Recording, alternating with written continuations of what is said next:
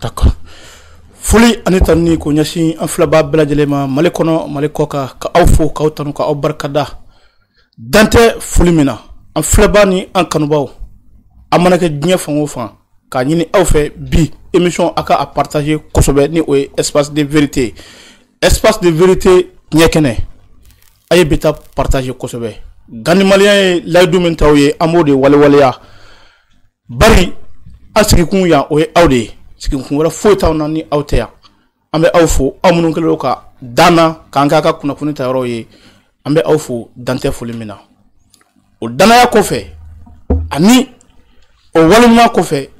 ka kunnafoni lase aw ma an ye mɔgɔ min wele bi mɔgɔ cɛsirilenba don faso jɔla don faso kɔnɔna don a bɛ an y'a wele thème min na bi a bɛ thème ninnu maîtriser kosɛbɛ an ko an tɛ sɔn fiyewu ni actualité in ka ban ka sɔrɔ an m'a dɔnbaw bɛɛ lajɛlen wele ka na u ka se ka u hakilina di jamana yɛrɛ actualité kan bi espace de vérité a ɲininen de aw fɛ a ka partager walasa bɛɛ lajɛlen ka se k'a sɔrɔ Mala foli bila an filɛba ni an kanubaw la an ka don an ka émission kɔnɔ ka malien bɛɛ lajɛlen fo kɛrɛnkɛrɛnnenya la minnu sɔgɔlen don ZK la Gandi TV sanfɛ kuma bɛɛ ka an kanubagaw bɛɛ lajɛlen fo k'an bilasiralibaga bɛɛ lajɛlen fo tabarikala ani maa o maa bɛ cɛsiri la façon ye tilennenya kan hɔrɔnya kan danbetigiya ɲinini kan donc ka kelen kelenna bɛɛ lajɛlen fo tabarikala ko ni maanifin k'i y'i yɛrɛ de mɔgɔ y'i yɛrɛ de i ka faso ko kɛlɛ kɛ a k'i yɛrɛ k'i ban k'a kɛ i b'a k'i yɛrɛ n'i tilenna i b'i yɛrɛ n'i ma tilen i b'i yɛrɛ bamananw ko de ko ɲɛnamaya ye fɛn fila ye k'a k'i yɛrɛ ye ou bien k'a k'i yɛrɛ la i y'a kɛ cɛkɔrɔba ka kɛn i b'i yɛrɛ yɛrɛ donc ɲɛnamaya yɛrɛ o ye n'an y'a kɛ faso ye an k'a dɔn ko faso de bɛna tila ka anw kɔlɔsi k'anw tanga nka ni an ko k'an b'a kɛ an yɛrɛ ye an k'a dɔn an bɛna faso coron sini t'an ye donc maa o maa de bɛ lamɛnli kɛ pour que ka faamuyali kɛ ka se ka baara kɛ ni hakilina ninnu ye u yɛrɛ hakili n'u dusukun n'u ka comportement kan ani u ka miiri kɛcogo yɛrɛ la donc an ka ɲinini ye olu de ka se ka courage sɔrɔ u concentrelen ka to kuma bɛɛ wa u k'a dɔn k'a fɔ ka ban i faso la o tɛ faso in bon ye o bɛ de mago sa ka kuma jugu f'i faso ma o bɛ de lafu o bɛ de mako sa o bɛ de ta tiɲɛ parce que e do e tɛ a bɛ a mana e sababu la minnu sababu la nana ala man jugu donc olu gasi kama ala bɛ se k'a to yen olu barika kama ala bɛ se ka maaw bɔ an cɛ la minnu bɛ se ka kɛ dɛmɛbagaw ye donc ka nin kuma in fɔ maliyɛn bɛɛ ye n'a bɛ min kɔnɔ ko ka kuma jugu f'i faso ma k'o de ye disi gosi ko ye o ye halaki ko de ala mako tɛ o mɔgɔ sugu ka kuma la donc ni ye diinɛma ye ou bien i tɛ diinɛma ye ou bien i ye maa gansan ye ten ka kuma jugu f'i faso ma i yɛrɛ ka bi tiɲɛ k'i ka sini tiɲɛ donc an bɛ min ɲini bɛɛ fɛ bɛɛ ka se kuma ɲuman fɔli la dugawu yɛrɛ fɔlɔ ye kuma ɲuman ye kunnaja fɔlɔ ye kuma ɲuman ye kuma duman ko tɛ dɛ kuma duman bɛ ɲuman de bɛ maa bilasira a ka kɛ a yɛrɛbakun ye a ka se ka sira jɛlenw ta a ka se ka mago ɲa a yɛrɛbakun ye ka mago ɲa a faso ye donc folikan min tun bɛ olu ko olu minnu bɛ u sɔgɔ an na ka faamuya ɲini nin sira ma Mala an b'i fo kosɛbɛ an b'i fo dantɛ foli min na an bɛna don an ka émission préférée kɔnɔ sisan n'o ye espace de vérité tiɲɛ kɛnɛ Mala an bɛ tiɲɛ kɛnɛ de kan d'accord tiɲɛ kɛnɛ min ni maliyɛn bɛɛ lajɛlen bɛ se k'a kɔnɔ espace de vérité u b'a partager u b'a aimer u b'a commenter u b'u ka hakilinaw bila bonya kɔnɔ karama kɔnɔ bi ni émission in bɛ lamɛn Mali fan bɛɛ diɲɛ fan bɛɛ bari fo wɛrɛ tɛ bɔ a kɔnɔ ni tiɲɛ tɛ kosɛbɛ ok Mala Algérie ni Mali ka situation bɛ cogo min na bi a gɛlɛyalen don kosɛbɛ fo ka n'a kɛ accord min kun bɛ yen ni maliyɛn bɛɛ lajɛlen ko ni accord ko bannen ni o tɛ dɔwɛrɛ ye an ka constitution ye accord in ban maa caman ka kuma la constitution kura min taara sisan o ye accord ko kuma ban pewu o accord ko kuma kelen Algérie bɛ ka o wuli bi kosɛbɛ fo ka n'a kɛ diyagoya ye an kan ko walasa an ka se ka accord in laɲɛnamaya bari ka an sigira k'a kuma fɔ donc n'an sigira k'a kuma fɔ bi anw sebaaya b'an bolo Algérie ko fo an ka segin accord ma bi i ka hakilina ye mun ye bon Algérie tɛ se ka anw wajibiya ko ka accord in appliquer kelen jamana fila de don donc faamuya cogo la fana a bɛ kɛ anw kɔnɔ ko Algérie kan ka baara kɛ i n'a fɔ anw y'a laɲini cogo min na bon o de tɛ tiɲɛ ye jamana bɛɛ n'a ka taabolo don bɛɛ n'i ka tabiya don bɛɛ n'a ka marabagaw don bɛɛ n'i ka vision don donc Algérie wajibiyalen don ka nin kɛ bi donc anw fana wajibiyalen don ka min kɛ anw kana ɲinɛ o de kɔ o jumɛn accord in n'i y'a ye halisa a kuma bɛ kɛ état ma bɔ a la officiellement de ngo ne tiɲɛ kɛnɛ ye koyi sinon ni état bɔra a la officiellement sisan o y'a bannen hali n'a sɔrɔ mɔgɔw b'a fɔ ko accord nafa bɛ accord nafa tɛ parce que accord tɛ se ka appliquer tuguni baara minnu kɛra yɔrɔ caman kɛ accord ko in na dɛ baara minnu kɛra kaban ka na an se bi ma accord kun ye fɛn o fɛn fɔ o bɛɛ gosira ka bɔ yen sisan donc mun bɛ accord la mun tɔ bɛ yen foyi tɛ yen foyi tɛ yen donc foyi tɛ yen accord d'Alger état ka se ka décision de ta une décision courageuse comme Abdoulaye Diop kuma bɛɛ an bɛ nin kuma de ɲɛfɔ ale de sen kɛra accord in kalo 8 min kɛ boliboli la Mali ni Algérie cɛ entre 2014 et 2015 pour que ka accord in signé accord in na a kun bɔra siɲɛ fɔlɔ la k'a yira maliyɛnw na ko fɛn de kun don Algérie fɔlɔ la Abdoulaye Diop yɛrɛ b'a kɔnɔ kɛ Abdoulaye Diop de y'a démarche bɛɛ kɛ de A à Z non i y'a faamu donc a b'a kɛ don min na ko u ka conférence min na n'u y'a kɛ hôtel Radisson na min bɛ chantier la sisan a y'a yira ko c'est un document confidentiel depuis a y'o fɔ anw y'a kɛlɛli daminɛ an y'a accord kɛlɛ an y'ale kɛlɛ o kɔrɔ document confidentiel kɔrɔ ko gundo ma fɛn dɔ jamana ko la fɛn minnu bɛ to gundo la olu bɛ yen mais tɛ se ka taa jamana engagé fɛn dɔw la k'o ye gundo ye surtout ka siya dunan dɔ ta k'i b'o fisaya ka tɛmɛ maliyɛn tɔw kan a ye accord kalan a b'a kɔnɔ ko dɔn ka tɛmɛ anw kan a don ma an y'a ta tɔgɔ ma parce que n'i ma ɲɛ k'i bɛ kɛlɛ kɛ i b'i tilen kɛlɛkɛ ɲɔgɔn de ma munumunu nafa ka dɔgɔ donc a y'o kuma min fɔ ko maliyɛnw man ka bɔ a kɔnɔ kuma kalan ma anw fana ye courage sɔrɔ o la ka mankan ci daminɛ gansanw tɛ parce que an bɛ se ka mɔgɔ o mɔgɔ lasɔrɔ an donna kelen kelen bɛɛ kan société civile an ma don min kan parti politique an ma don min kan premier ministre kɔrɔ tɛ premier ministre kɔrɔ an ma don min kan ministre kɔrɔ tɛ ministre kɔrɔ an ma don min kan diinɛmɔgɔ tɛ diinɛmɔgɔ ye an ma don min kan min sera ka dayɛlɛ an ye a siɲɛ laban na o kɛra Haidara ye a don ma y'a banni a ko accord in kɔnɔ ko a kun t'a dɔn tiɲɛ yɛrɛ la a kun t'a dɔn parce que an ye kuma min fɔ a don na a wɔsira dɔɔni a kun t'a dɔn k'a fɔ nin bɛ se ka kɛ papier kɔnɔ papier min ni o ye jamana kunkan ko ye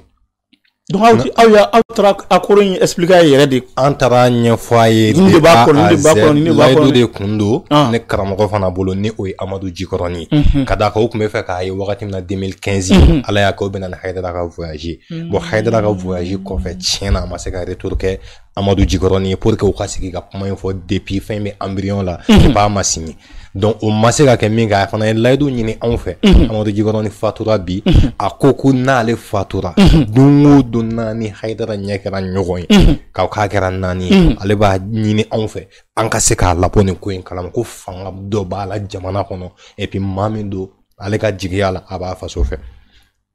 donc Amadu Jikɔrɔni ye nin kuma fɔ donc a ka se ka min kɛ a k'a kɛ donc comme layidu fana ye juru ye ala y'a kɛ an ni Haidara ye ɲɔgɔn ye c'était le 9 février 2021 o y'a sɔrɔ bandaw de bɛ yen i y'a faamu donc anw taara Haidara fɛ yen Amadu Jikɔrɔni layidu min kalifa anw na gundo min kalifa an na ci min kalifa an na an y'a di a ma a don y'a di a ma ni kan kelen pewu ye n bɛna Mali kisi fayida di a ma e de fɔ Haidara ye n bɛ k'a fɔ télé de la mɔgɔw bɛ se ka nin tigɛ k'o d'a ma i y'a faamu a bɛ fayida di bɛɛ ma mais yɛrɛ bɛna fayida d'a ma ne yɛrɛ bɛna fayida min surtout Mali fayida a bɛ se k'a faso kisi ni a ye wa k'a fɔ Haidara ye ko an y'a ka baara nɔ ye e y'a baara dɔ k'a la a ye baara min kɛ a la k'a daminɛ don min na an bɛ s'a fɛ yen fo an filɛ don min na ko bi ko an y'a nɔ ye ma sira sɔrɔ ka taa bonyamasegin kɛ a ye ni ala ma baasi kɛ nin ye bonyamasegin dɔ kelen ni sera ka sira sɔrɔ ka taa bonyamasegin k'a ye don min na n bɛ taa fɔ a ka halalaya la tabarakala a ka Mali kanu na diinɛ tɛ dɛ Haidara cira Mali de ma n bɛ nin fɔ bi n wasalen quoi parce que maa min y'a ka faso ye ka faso to degun kɔnɔ ka sira dɔw dayɛlɛ ka wuli k'i jɔ ka sunɔgɔ dabila k'i faso fɛn mɔgɔ tɛ se k'i sara tabarakala diinɛ gun dɔrɔn jamana gun de don kafiriw bɛ jamana kɔnɔ silamɛw bɛ yan chrétienw bɛ yan maa wɛrɛw bɛ yan a ye nin bɛɛ ta k'a bɛ don an bɛɛ jigi kɔrɔ. Accord. Donc accord an y'a ɲɛfɔ a ye siya dɔ de talen don a tɔgɔ ma ko fisaya ka tɛmɛ bɛɛ kan kelen an faso min ye Mali ye ko k'o tila k'o fan dɔ di o marifatigi ninnu ma kelen ko ka tila ka anw bɛ to fan min kɔnɔ anw bɛ baara kɛ tuguni anw ka baara tɔnɔ tuguni fan dɔ in tilara ka di minnu ma n'o ye surakaw ye o bɛ tila ka tɔnɔma bɔ o suraka kelenw de fɛ jamana bɛ tila ka d'u ma o t'u bɔ an bɛ tila ka bila jɔnya la yan ka tila ka o kɛ ka d'u ma. Bon n'i ye nin fɔ maanifin maa min ko danbe b'a la k'a b'a bɔkolo bonya a bɛ se k'a fɔ k'a bɛ i sigi k'i tɛgɛ courage nin kan mais an sera dɔw ma olu y'u kan ma ko Mali tilara ka ban k'an bɛ fɛɛrɛ tigɛ ko pour que ka Mali fara ɲɔgɔn kan ko mais ko bon voilà. Ka tila ka ban 2014 i ye nin fɔ an ye tan. Cɛ ale m'a faamu. Bon a y'a faamu. Ala ko. A y'a faamu. Bɛɛ n'i ka baara de don. Anw bɛ min nɔfɛ n'ale tun bɛ min nɔfɛ kelen tɛ. Donc an b'a jigiya bi k'a fɔ ko Ala y'anw ka wele kan minɛ ko anw b'o o tigi ni hɔrɔnya cɛ an b'a ni danbetigiya cɛ an b'a ni Mali kanu cɛ. Mali i ye wulikajɔ caman kɛ. Maaw b'a dɔn ko in na an ka mankanci sira fɛ Diop ninnu taara concertation bâclée dɔ kɛ en 2015 c'était en avril 2015 k'o bɛ taa accord ɲɛfɔ mɔgɔw ye. Bon u ye accord in ta k'u b'a tintin mɔgɔw kunkolo kɔnɔ an y'a ye k'a fɔ u bɛ ka fɛn min bolo da o ni CNJ mɔgɔw y'a kɛ yan nɔ Baba Gano ninnu tun b'a la ni y a d'autres Nanette Touré ninnu il y a beaucoup d'autres personnes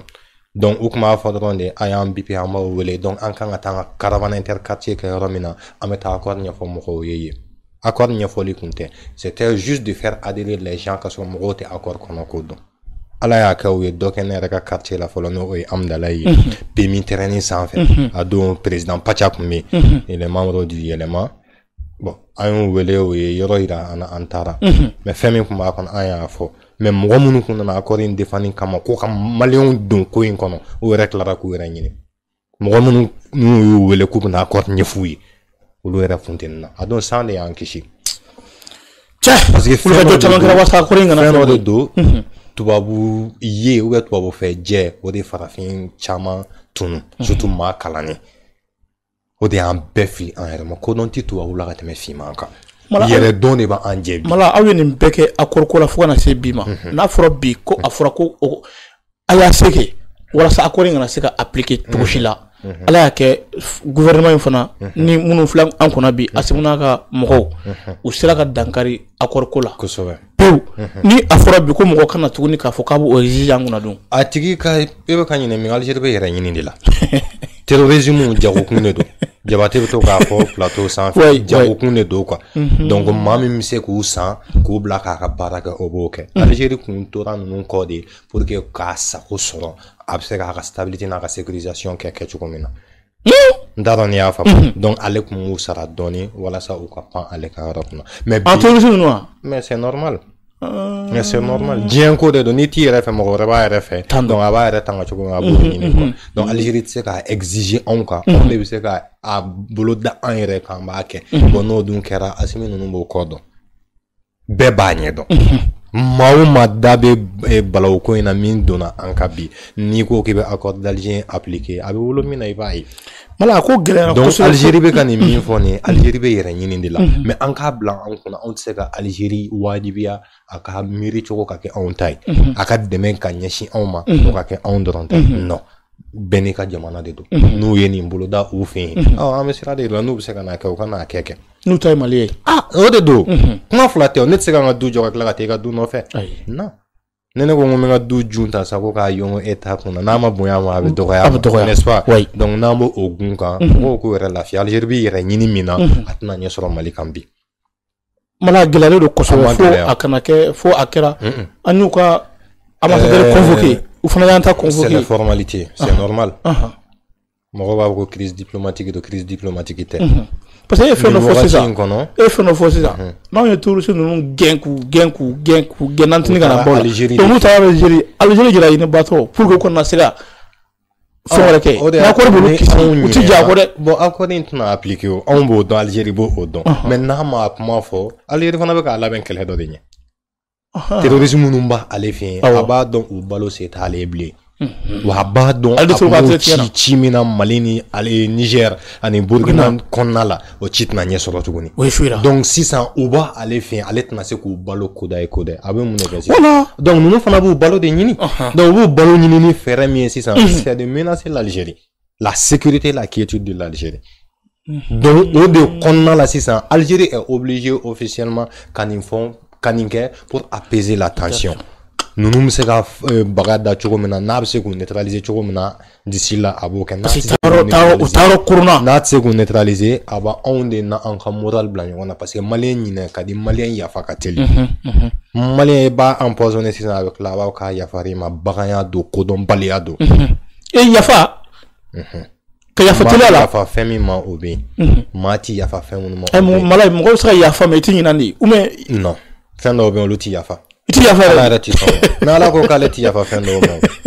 tiɲɛ ka ni ɲɔgɔn cɛ ala da don yɔrɔ jumɛn bolo a da don yɔrɔ t'o la ale ka hakɛ ye min ka i k'o dafa mais a ka aw ni ɲɔgɔn cɛ la o de ka gɛlɛn ka tɛmɛ aw ni ale ala ɲɔgɔn cɛ donc ne ye tugu san ka poison kɛ e kɔnɔ e ka wuli ka bɔ la e ma ne fa e ka tila k'e ne ka maaya k'a tuma e mun mɔgɔ sugu ye siɲɛ filanan ne y'a k'i kɔnɔ i tɛ bɔ